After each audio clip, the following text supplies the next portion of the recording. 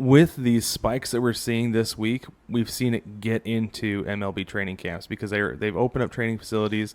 I actually live not far from the Mariners and Padres spring training facility, and we were up driving around one day. We decided to drive through and just take a look, and we actually saw some guys there working out. Nice. We saw some players' vehicles in the parking lot, and I don't think doesn't seem like that's something we're going to see anymore, because as of 10, 15 minutes of us coming on recording, everything's shut down, shutting it all down, and they're going to do deep cleaning before they let anybody come back, and everything's back up in the air for MLB.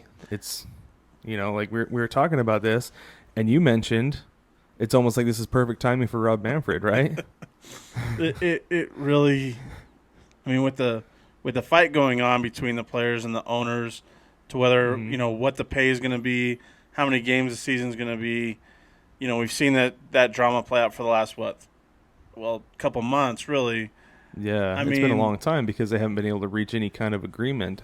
And like Manfred said a few weeks ago, we were joking about it. There were no plans, just ideas, and it doesn't seem like they really even had an idea. Well, and you think about it, what was it? It was like 2 days ago that all of a sudden Manfred came out, or the MLB came out and said a certain amount of players had tested positive for COVID. Like, this was right after, I believe the owners declined the player's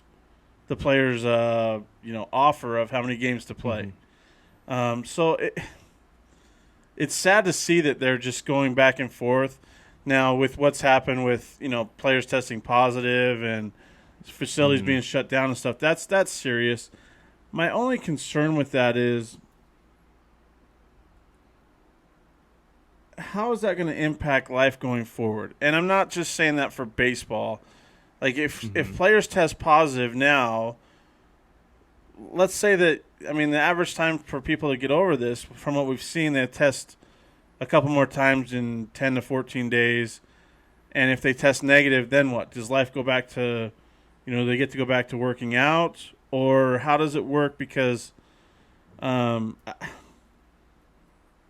this whole virus is just wreaking havoc. Like, I've hated it since it came about because, I was in Las Vegas for the WAC tournament, flew in on a Wednesday night.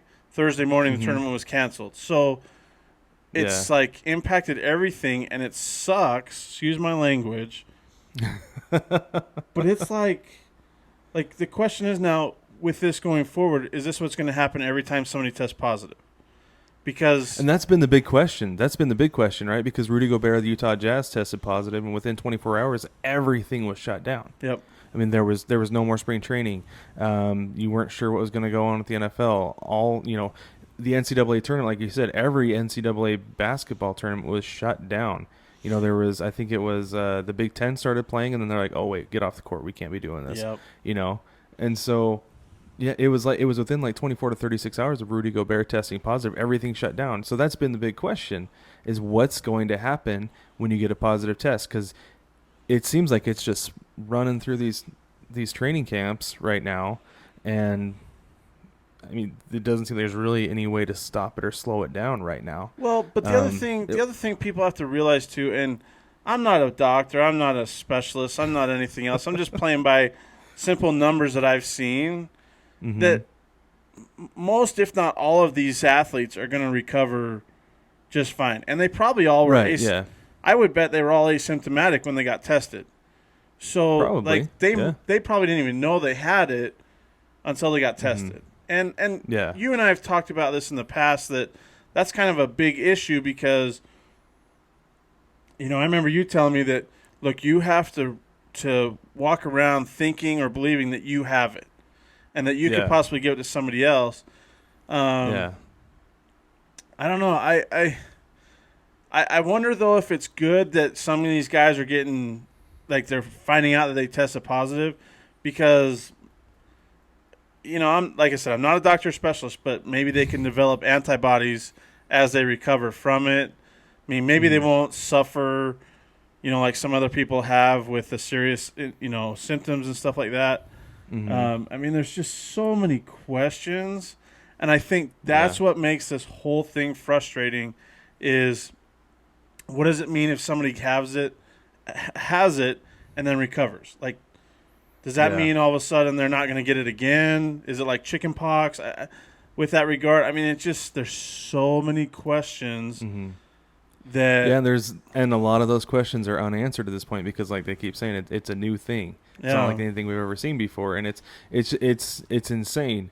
And with all of this, I mean, this has just come down today, like I said, with all of these positive tests that it has Rob Manfred and MLB reconsidering their bubble scenario or their 3-location scenario where we talked about, playing at 2 locations in Phoenix, 2 locations in Texas, in Houston and Arlington, and then 2 locations in Florida in St. Petersburg and Miami. And initially I had thought like, oh, there's only one place to play in Phoenix, but I just live down the street from State Farm Stadium where the Arizona Cardinals play. They can play baseball there, right? Yeah. So you've got 2 locations in each place where you could play 3-4 games a day in each spot and get everybody's games in. So that is plausible, I guess. Possible, maybe not plausible, right? Well, but the thing is, if you're only playing in 2 spots. Let's say you play 4 games in between 2 stadiums. So that's what? 2, 4, 6, 8 teams that have to go through. Well, 4 teams that have to go through each individual stadium, right? Or, I don't know, my math is way off. That was bad. But anyways, you still have a lot of traffic that are coming in and out of those locker rooms, clubhouses. Yeah. I mean. Yeah, you've got to sterilize everything in between. I don't see the downfall of playing one game. I mean, with all the spring training sites that they have in the Phoenix area, same with Florida, like why can't you just play one game a day and then you have more time to sterilize, to, clean it up, to sanitize it and so forth? The problem with that is that, I mean, tomorrow I think it's supposed to be 111 here, and there's a reason they have a dome on Chase Field.